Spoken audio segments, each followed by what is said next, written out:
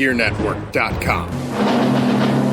The following is a presentation of the Gear Radio Network. Hey, this is April Hunter, and you are listening to the All Bets Are Off podcast with Robbie Vegas.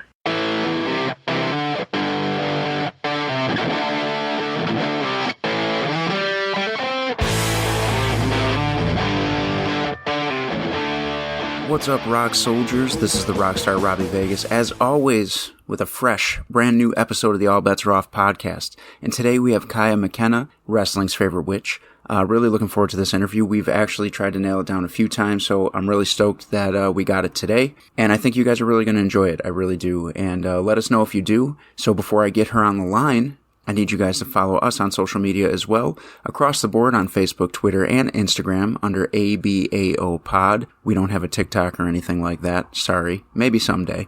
But make sure you're giving us a follow. We do a lot of polls. We're very interactive, and we'd like to hear what you guys think of the interviews. Leave comments, send us messages, participate in the polls, and today is no different. So let us know what you thought, and let's not waste any more time with me rambling, and let's get Kaia on the line. Our next partner has a product I use literally every day. I started taking AG1 because I wanted better gut health, more energy, and an optimized immune system. I was also struggling to take in all of the calories and nutrients that I needed in a day with all of the training that I do for professional wrestling. But I'll tell you what, you want to know what this stuff is? With one scoop of athletic greens, you're absorbing 75 high-quality vitamins, minerals, whole food source superfoods, probiotics, and adaptogens to help you start your day right. This special blend of ingredients supports your gut health, your nervous system, your immune system, your energy, recovery, focus, and aging. So why do I personally consume it?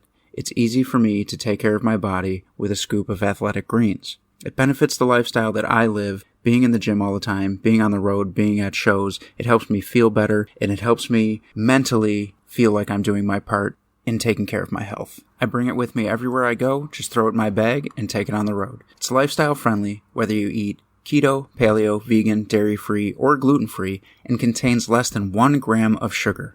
No GMOs, no nasty chemicals or artificial anything while still tasting good. It helps you sleep better, helps your recovery, mental clarity, and alertness. Athletic Greens uses the best of the best. And the price? It costs you less than $3 a day. You're investing in your health, and it's cheaper than your cold brew habit. It's cheaper than getting all the different supplements yourself. You're investing in an all-in-one nutritional insurance. Athletic Greens has over 7,000 5-star reviews and is recommended by professional athletes. For every purchase, AG1 donates to organizations helping to get nutritious food to kids in need, including No Kid Hungry here in the U.S. In 2020, AG donated over 1.2 million meals to kids. So right now it's time to reclaim your health and arm your immune system with convenient daily nutrition. It's just 1 scoop in a cup of water every day. That's it. No need for a million different pills and supplements to look out for your health. To make it easy, Athletic Greens is going to give you a free 1-year supply of immune-supporting vitamin D and 5 free travel packs with your first purchase. All you have to do is visit athleticgreens.com/emerging. Again, that is athleticgreens.com/EMERGING to take ownership over your health and pick up the ultimate daily nutritional insurance.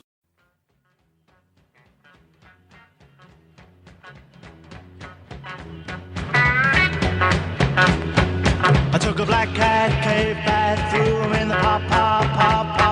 I took a blue snake, green snake, tied him in a knot. I took a hog's jaw, dog's paw, hung him on the line. I took a horse hair, green pear, made a pretty sign. I'm casting my spell on you. I'm casting my spell on you.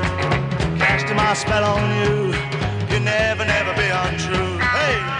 So Kaia, the first thing I want to do is just thank you for being here. We've been trying to work this out for a minute, but I know that we're both pretty busy, so thank you for sitting down with me today. You are so very welcome. I really appreciate you having me on today. It'll be really fun to talk and chat. I haven't done one of these in a while because I've been obviously recovering from injuries, so I've not really had time in my schedule to do some interviews. So you're like the first one that I'm doing, like, back off of surgery. Awesome. Well, I want to start, I do want to talk about your injury, but before we get into that, I just kind of want to know where wrestling even started for you. Like, how did you become a fan? Where did you find it? My God. Okay, so I grew up in the country on the eastern shore of Maryland, and wrestling was like a big deal when you live in the country. Like, all the little redneck children think it's the coolest thing ever. So I obviously, my family watched wrestling. Everybody I went to school with was into wrestling. It was just something that was always a part of my childhood. I just enjoyed watching it. Like, my family used to sit on the couch and watch wrestling together on Monday night, like eat dinner on the couch and watch wrestling. So I've always just kind of watched it ever since I was like a small kid, and I never like grew out of it. I know people grow out of it, but like I guess that never happened for me. I have been watching wrestling for 20-some years now. So. That's awesome. I don't think it's going to change anytime soon. So at the time when you first discovered wrestling and everybody's into it, who are some of your favorites? Oh my gosh. So, I really like growing up. I really liked Stone Cold. I liked The Rock. I liked Shawn Michaels. I really liked Eddie Guerrero, Dean Malenko. Like, these were the guys that were like really cool to me at that time period, I'm giving away my age now. But that was like where I started. And then as I grew up and wrestling started to become more accessible, because when I was a kid, like, you would sit and you would wait for Superstars, or you would wait for WWE Monday Night Raw. Like, you would wait for those shows, and there was no way to know what was going to be on it, and you had no idea if it was even going to come on, but you had to wait a whole week. And then in the mid-2000s, like NWA TNA started, Ring of Honor started picking up some steam, the internet became more prominent and accessible to me because I was getting older. So then I started getting more into like Ring of Honor. I would order DVDs. I would follow independent wrestling per se, like go to the independent wrestling shows in the Pennsylvania area, Delaware, whatever. So that's how I kind of started doing the deeper dive, and I kind of fell out of what was on TV for a little bit because I was like, oh my God, there's this whole new world. Like, this is so cool. And, from there, I just continued. I obviously got back into watching TV wrestling probably around like 2011, 2012 in that era.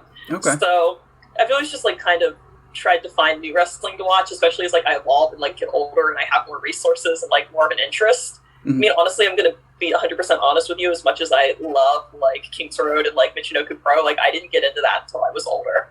Okay. Even though that was happening when I was younger, I didn't get into that until I was older, and I knew how to go about finding that stuff to watch, Or like even ECW, like I remember watching like bits and pieces of it as a kid, but I definitely had to revisit that as I like through my teenage years and through my adult years, because it wasn't something that was at the forefront when I was little. For me, at least, as far as accessible. That's kind of cool, though, that you said you discovered and dove into Ring of Honor, because you had to be pretty young when that was starting to be up and coming, because I know I definitely was, and that was I was 12, like 13, just like on the internet, like looking in the message board, like, oh, when's the next DVD come out? Like that was me. That's what I did. Like, all my friends would go to the movies and like go to the mall and all that stuff. And I'm like, nope, I got to find out when the next matches are, when the next DVD is. Like, that's just was my first exposure to like pro wrestling that wasn't on TV. And I love that style to this day. I love guys like Nigel and Danielson and Joe, and like that whole era is just so influential on me and my personal style of wrestling. So, were you watching Ring of Honor when they were doing the HD net and they were on weekly with that too? Yeah. So you I was a little older when that hit. Yeah. But you remember that era where you were seeing guys like HC Loke and Cloudy and Cheech and all that stuff? Yeah. Yeah, okay. So that's when I started discovering Ring of Honor. So it was later than when you did, and I'm just like super impressed that you like found that and just dove into it, because that's almost like an unheard of thing for that time, you know what I mean? So that's actually really cool. So how old were you when you actually started training to be a wrestler? 29. Were you really? So here's the thing, and I tell people this all the time because I am a little bit older, and I don't think that should discourage anybody from pursuing wrestling at any venture, because there are many wrestlers that are at the peak of their career that are not necessarily like 20 years old. 100%. But when I was 21 years old, women's wrestling was not as prevalent as it is now. And I think people forget that, A, because I don't think I look as old as I am, and B, there are a lot of people in this current generation where it's always been around, whether it be like via the Bellas, Paige, the women's revolution, like the younger guard has come up with that. So it's like, it's always been a thing for them. But when I was coming up, we had Shimmer, which was, they would run with Ring of Honor, and you would see like Serena Deeb, Mischief, Daisy Hayes, Allison Danger, Lexi Fife, like all those women, say, right? Yeah. So like that was a thing, but it was not like a big thing, like there wasn't tons of promotions booking women's matches. There wasn't a ton of training available for women. I thought about, I asked my mom if I could train to be a wrestler when I was 19. And I wanted to go to the Ring of Honor school. Yeah. And she told me, no, I needed to go to college. Which honestly, like, that was probably the best decision at the time, because there just was not opportunity in wrestling for women like there is now. Yeah, and I'm sure. so grateful that there is. And I think it's incredible. Like, oh my gosh, if I was 20 years old now, I would have gone right to wrestling school. Yeah. Hands down, no questions. But that wasn't necessarily like the most advantageous path for me at the time, given my own age. But that doesn't mean I can't do it now. And I'm definitely enjoying it and thriving. And I love being a part of such a huge, like, empowering movement for women. Oh, 100%. And man, you dropped some, I remember being younger and those names were like the big women on the scene. And that was, wow, you took me back there for a minute. Shimmer was so cool. Unfortunately, Shimmer's on a little bit of a hiatus right now, but one of my career goals is to work for Shimmer at some point, just because that was like my first introduction to like women's wrestling. Oh, yeah. And I just thought those girls were so cool. Yeah. So kind of walk me through when you got into, okay, I'm definitely going to start training now and I'm going to become a wrestler. What was that path like for you? Like, kind of walk me through that all the way up until like your first day. Okay, so basically, like, I had a really rough year the year before I decided to do all of this. Like, I lost my career job. I had no benefits, no health insurance. I was bartending, teaching painting classes, and dog walking, trying to make rent, because I got a partner left me, and I was stuck with like $2,000 a month in rent, and then no actual job that could pay that. So I was really like just in a spot. And at that point in my life, I had like, okay, like, so I've worked this job, I've done college, I've done the career route, like, I'm back to where I started. Like, I kind of have a clean slate. And I was like, I've always wanted to be a wrestler. Fuck it, let's be a wrestler. Okay? And then I started looking into like where to go to wrestling school. And for me, living in the DMV, it was, even if I was going to commute in my car with the traffic situation in Washington, D.C., which I don't know if you're familiar with or not, but it's really bad. Like, there was no feasible way for me to drive to a place locally to train and drive back and work my jobs and make it worth my time, because I just would have been super exhausted. I would have probably spent just as much money moving somewhere else as I would have in like gas and tolls and wear and tear on my car. So at that point, I was like, well, I can just go wherever I want. So I was like, hey, let's go to Black and Brave. You're going to go somewhere, go the best place you could possibly go. And I remember like I applied like one night, like super late at night. And I was like, if they take me, I'm going. If they don't, not even bothering, right? And they offered me a spot in the class, and I was like, okay. But I had to wait a whole year to go. So it's very interesting, like that year that you're waiting to go to wrestling school. Oh, wow, that's really cool. Now, when you first walk in, like, what's going through your head? You walk in, you see the ring, you're meeting everybody. Are you intimidated? Are you excited? What's happening? It's weird because, like, at that point, you've been waiting, like, a year to be there. So there's, like, a sense of, like, peace that you're finally there. Like, what's coming down the pike is not necessarily going to be a good time, but at that point, you're like, I'm here, and I've waited a year for this, and you just have to, like, believe in yourself. I know that's crazy. Like, it's going to be hard. It's not going to be a good time. It's going to suck. You're going to be sore. You're going to be beat up. Like, but there's something special about that journey and starting that journey. And I remember like the first day is a little tough because like they want to make sure you're conditioned, but you just got to remember in your head, like why you want to be there and not to quit, even if you're like dragging, like you're slugging along, like, and everybody's multitudes ahead of you. Like, that's not what matters. Like, what matters is you have that willpower and that grit inside of you to like keep pushing, even when other people have quit, or even if you're not at the top of the pack, Yeah. So I just always tried to remember that, like, even on the hard days where I was nowhere near the top of the pack, like, every dog has its day. Today's not my day, but I got to keep pushing, and I got to come back tomorrow because tomorrow might be my day. Yeah. And then there were days that were better for me, right? So you just have to like really know, like, if wrestling is for you and it's something you really want to do because you're passionate about it, you're not going to quit. Yeah, that's a fact. 100%. Now, did your outlook on wrestling change when you got into that school and you started learning? Now you're watching wrestling differently. You got a different eye on it. So we talked about who your favorites were when you were younger. Now, are your favorites changing because now you're studying things from a different angle? What do you think? No, they're not. I mean, they're you definitely, you had some heavy hitters. I watch wrestling somewhat differently now because I can like see the more mechanics behind it than I would have, obviously, as just having a fan perspective. Yeah.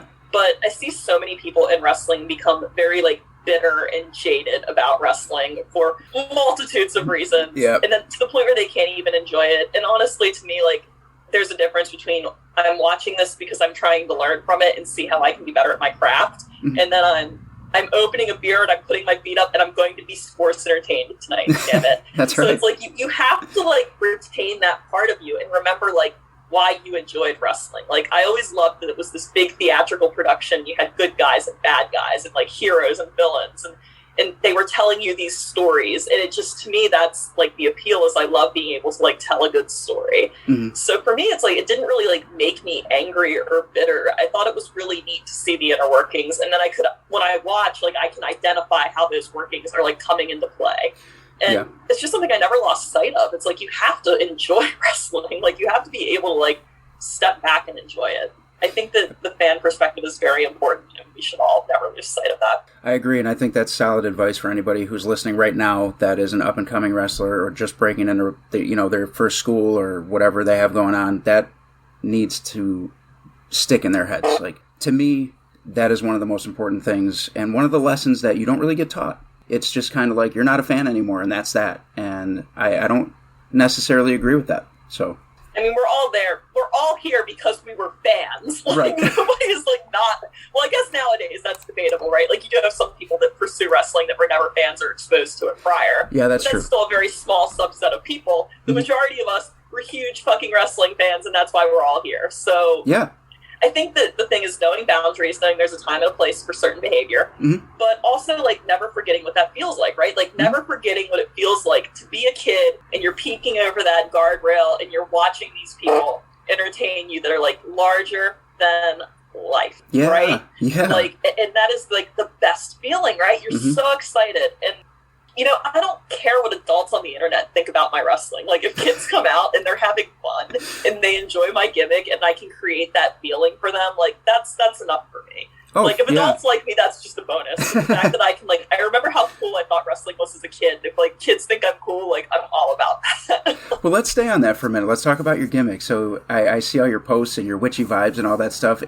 Is that even a gimmick, or is that you? No, that's me. They always say the best gimmicks come from a piece of who you really are, or you want to get to the point where, like, you're not so much acting, but turning up little pieces of your personality to make them seem like bigger than they really are, right? So, you know, you roll through all your little gimmick ideas and you're like, oh, this isn't really me. This doesn't really feel like me. But when I rolled through this idea, I was like, oh, I don't feel like I'm acting. This is something I have knowledge about. It's a part of my life. I can share it with people. I can make it digestible. If there's a lot of room, it can be like as over the top and campy as I want it to be, or it can be like dialed in. Like there's a lot of range with it. And like I said, it's me. Like, I am a witch. My family are witches. I grew up around witchery, right? So it's not like I'm not playing a role. I'm not playing a witch or pretending to be this character. I am this character. Like, you're getting me, like, turned up a little bit. Like, yeah. You know, I don't necessarily am not like that theatrical in my daily life, but I think that that's what makes it genuine and relatable to people, is it doesn't feel like I'm out there acting. Like, I'm not, it's not like, oh, she went into Party City and she bought spooky stuff and she's a witch. And it's like, no, like, this is how witches really are. Like, I want it to be like a more like realistic representation of like the range of being a witch, and how it's not all just like spooky, like scary, like Halloween stuff. Like, there's so many different types. Like, witches don't necessarily look one way. Like, and just that, like, I feel like there's such a connotation of evil with witches in general, and I want to kind of bust that stereotype up a little bit. I want it to be a good babyface gimmick, at least for the time being, right? That, like, shows this lighter side to the darkness. Was that, like, a go-to for you, or did you experiment with other things before you went the, I want to call it the more shoot route? I don't know. This is just what I did. I remember on promo day, I was like, I'm going to cut a witchy promo. We're going to do it. And for my promo, like, everybody's like, and I'm going to kick your ass, and I'm tired of you picking on me, and this has been bullshit, and they're going down the line. And I was like, what if I just did something truly genuine to what I want to do, right? So, like, I cut my first promo, and it was more, like, down the line, and it did not go over super great, and I was a little discouraged. And then I was offered the opportunity to try again. And when I did it the second time, I was like, I'm just going to do what a witch would do. And I cast a spell in the ring for my promo. Oh, and it worked really well. Like, people were into it, right? Like, so, I mean, like, loosely casted a spell here, you know? But it was really cool, and I was onto something. And I feel like, okay, this has legs. Let's see where it goes. And it's just kind of taken off for me, and I love that, like, I'm not acting, and I just get to be myself. Right. And honestly, I feel like that's why it's so noticeable. Just as an outsider who doesn't personally know you, when I see your posts and, you know, all the things that you're putting out there, it seemed genuine. And that's why I wanted to ask you about it, because I was like, I honestly feel like that's you. And it comes across. Yeah, it is. It's, and it's all for, like, the greater good. Like I said, bringing a little bit of light to the dark and creating that sense of balance. That's why my nickname is the conduit of karma, right? Like, what goes around comes around. I bring the joints. Yeah, So. yeah, I love it. So let's kind of curve away from the gimmick aspect, or I should say your real life. But tell us about your injury. I know you got laid up there for a minute. So what happened there? And I see that you're still incredibly active even while being injured. So what's going on here? I don't know. I'm not a quitter. I don't train with quitters. Like, it's just like everybody I train with is a very intense, driven individual, and our coaches are very intense. So to me, it was like, all right, this is a roadblock, but I got to stay on top of it and I got to keep going. You know, especially watching some of my fellow trainees work through injuries. Right? Nobody just sits and does nothing. As soon as you can, you're back at it. Right? Like you got shit to do.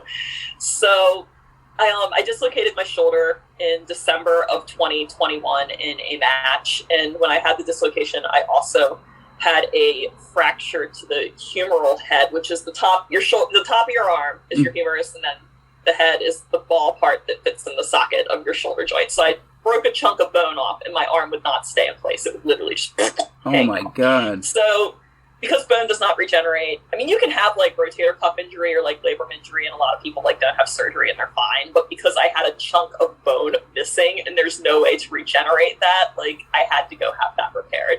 So it is like a 9 to 12 month return timetable for me. They had to take part of my rotator cuff and patch that hole to hold it in place. Mm-hmm. So it's like, you know, it sucks to take that time off, but it was going to be one of those things where like, okay, I'm feeling good, but I'm literally going to go out. I'm going to have my next match, and as soon as I do any kind of effort with that arm, it's going to pop out, and I'm going to be right back where I'm at. So I had no choice. Yeah.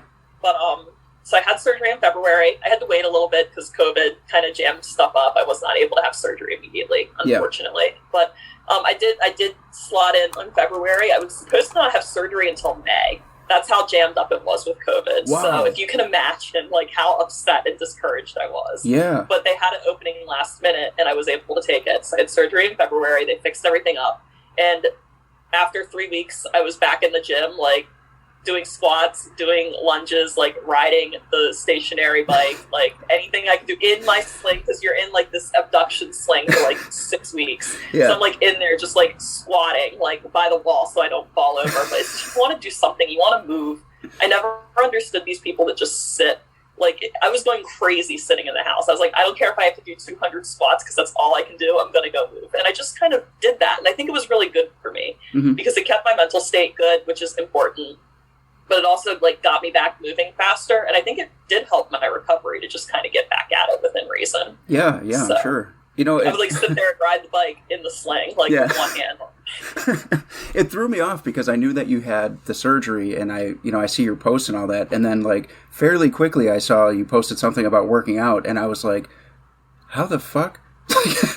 Yeah, you have to find ways to work out around your injury problems, right? Like a lot of people that have like knee injuries will like do upper body workouts or whatever and then do their physical therapy. And like because I had an upper body injury, I'm like, okay, well I can still do like I said, squats, I can do lunges. It got to a point once I was out of the sling, I could do sit-ups. Like I just started like adding things back in. Yeah. I like couldn't do push-ups for like 2 months. So I would do like wall push-ups. And then I would do like, incline on the box. And then I was like, okay, then I would do knee push-ups. And I can't do regular push-ups yet. Like I'm still not at the point where I can do a regular push-up, but you just have to progress yourself there, right? Like I can't do burpees yet, but I started out and I was like, okay, I can bend down and touch the floor and then jump up. And I know that's not the full range of motion, but it gets you back moving. And then I was like, oh, I can put some weight on my shoulder now so I can actually reach down, step my feet back, step my feet forward and jump. So it's just like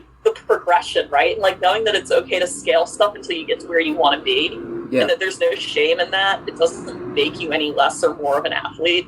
Like I just tried to really stick to that and just knowing like, okay, like I'm still going to do the workouts I'm supposed to do.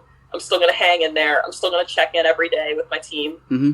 I'm not going to be upset that I'm going to obviously be at the bottom for a very long time because I'm not capable of doing some of the stuff, but the fact that like you're still a part of it and you're still trying to keep up that like standard of fitness really helps me at least. I need something to keep my mind busy while I recover. So this has been like my recovery project is just come back in better shape. Do we know off the top of your head when you're looking to return yet? Probably late fall of 2022. Okay. I have a follow-up with the orthopedic surgeon in June, and then I will probably be allowed to train by September or August. Okay. Like, I can't train. I can't even train. Like, I can't run the ropes. I can't do anything like that because they need that repair in the back to settle. Yeah, so. Yeah. Well, you are doing a great job of taking care of yourself, and you're one of the hardest workers out there, that's for sure. Outwork everybody, right? Even if you're not, like, it's so funny because I am a true believer that just because you are the most athletic person does not mean you're going to be a good wrestler. Like, I have seen it time and time again. I have seen prime athletes, right? Yep. Like, guys that are very gifted, very, like, they move, they're very explosive, they can do crazy flips, and they just are very light on their feet. You know, they could do 500 burpees, right? Yep. But they just don't get wrestling. Yeah, it doesn't translate. And, yeah, so it's like, to me, like, you know, especially like when you're doing workouts or like if you're the bottom of the pack or like you're in a wrestling school and it's taking you a little bit longer to get the athletic part of it, like, don't count yourself out. Because, like, just because someone's more athletic than you does not mean they're going to be more successful than you in wrestling. Like, that is just one part of the puzzle. I agree. There's got to be an it factor. There's got to be an understanding of psychology, an understanding of your ring awareness. And some guys are just athletes and nothing else. And it, like I said, it doesn't translate. It really doesn't. Yeah, the amount of burpees you can do does not translate to your ability as a wrestler. I hate to break it to anybody out there. I mean, if you are athletic and you're gifted, that is excellent. You have a leg up for sure. Mm-hmm. But don't let that, like, discourage you in wrestling, right? Like, if you're not somebody that's, like, a freak prime athlete. Like, it's, as long as you can move around and you're willing to commit to getting better and becoming more athletic, like, you can make it. Yeah. You know? Yeah. And, you know... I mean, my athleticism was never like gymnastics. Like, I was a grappler and a martial artist, so that's where mine came from. Wow. And do you use a lot of that in your in-ring work? Yes, I do. I love finding, like, cool transitions. I love working more of a submission style of wrestling. I love, like, I love, like, British wrestling. I love watching, like Yabe. Yabe is one of my favorite types of wrestling. I love watching, like I said, Danielson, Nigel McGuinness. I love that. Ring of Honor, pure title matches from, like, back in the day. Yeah. I love that there's just so much creativity to be done within that wheelhouse as well. Yeah. And, you know, especially for me, right? Like, I'm not a small person, but I'm not the biggest person, right? Like, I'm tall, but I'm not a hoss. But because I'm tall, I'm not, like, Lucha. Yeah, right. So, well, at least tall for a girl, right? You know, I'm 5'9", so it's like, if I were to dive, like, a girl who's 5'1" isn't going to catch me. Yeah. So being in that middle pocket where you have some size, but you're not the biggest person, but you're still taller than most, it's been a really good style for me to work. It's been fun because if somebody's bigger than me, I can finesse them. You know, I can move around them. If somebody's smaller than me, like, I can just use power. Yeah. Wrestling, right? Like, power submission and power chain, like, make you put your body where I want you to be. You know? Right, yeah. And I love that the versatility that comes with that style of wrestling. It's very adaptable to all opponents. Yeah, for sure. Well, since we're on that topic, who are some of your favorite opponents that you've had up to now? Oh my gosh, I've had a lot of matches I've really enjoyed for my short little career. Yeah. I love wrestling Masha Slamovich. She's an incredible performer. I wrestled her very early on in my career, and it was one of my favorite matches I had. I'd love to run it back with her at some point when I come back, because she's just an amazing athlete. Very intense. I was definitely not prepared for her the first time I wrestled her, but it's okay. Maybe I'll be more prepared this time. That's right. Oh, man.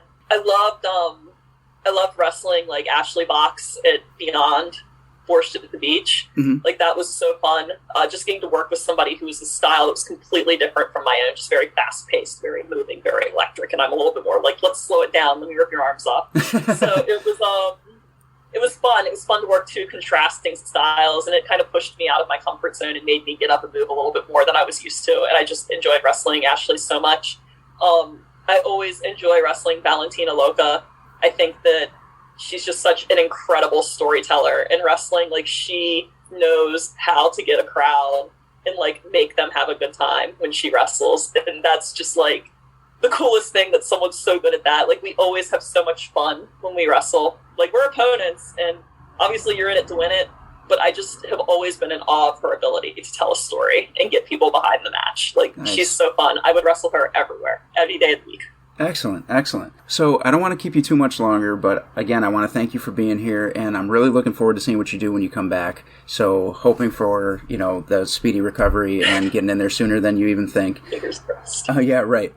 Stop worrying about ripping off arms until you fix your arm. Well, the good thing is it doesn't hurt my arm to rip theirs off. That's true. So before I let you go, I want you to plug all your social media. And I just want anybody who doesn't already follow you to be able to get on that train and support you. And if you have merchandise or anything like that, put it out there. Let them know where they can get it. Okay, so all of my social media is under the handle at Kaia MCK. So Kaia MCK. That's gonna be Twitter, TikTok, Instagram, Facebook. That's the handle. You can find me under that handle on all platforms. I have a merch store, KaiaMcKenna.bigcartel.com. You can get all kinds of cool little witchy merch there. Sometimes if I have extra spell boxes from my Patreon, I'll put them up in my merch store for you to buy. Awesome. So I try to keep that pretty fresh. I got to do some new merch. It's been a minute. I had a whole bunch made, and then I got hurt, so it just sits in my house now. Please buy my merch so I can pay my PT bills. There you go. Yeah. Come on, support your favorite witch and buy some witchy merch. All right, well, thank you so much for being here. I appreciate you. You're welcome. Thank you so much for having me on today. Of course. Tied him in a knot. I took a hog's jaw, dog's paw, hung him on the line. I took a horsehair, green pear, made a pretty sign. I'm casting my spell on you. Casting my spell on you. You never be untrue. Hey!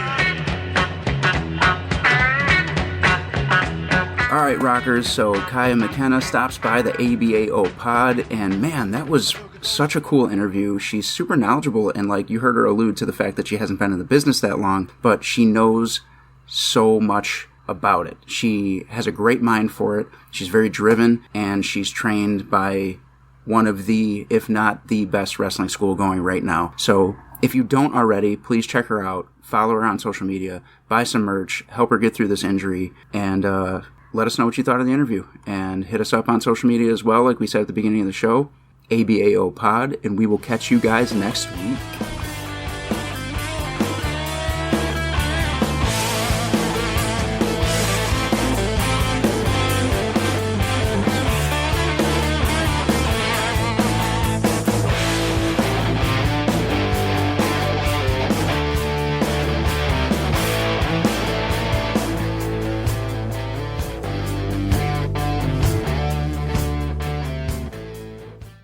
The preceding presentation has been brought to you by the Gear Network.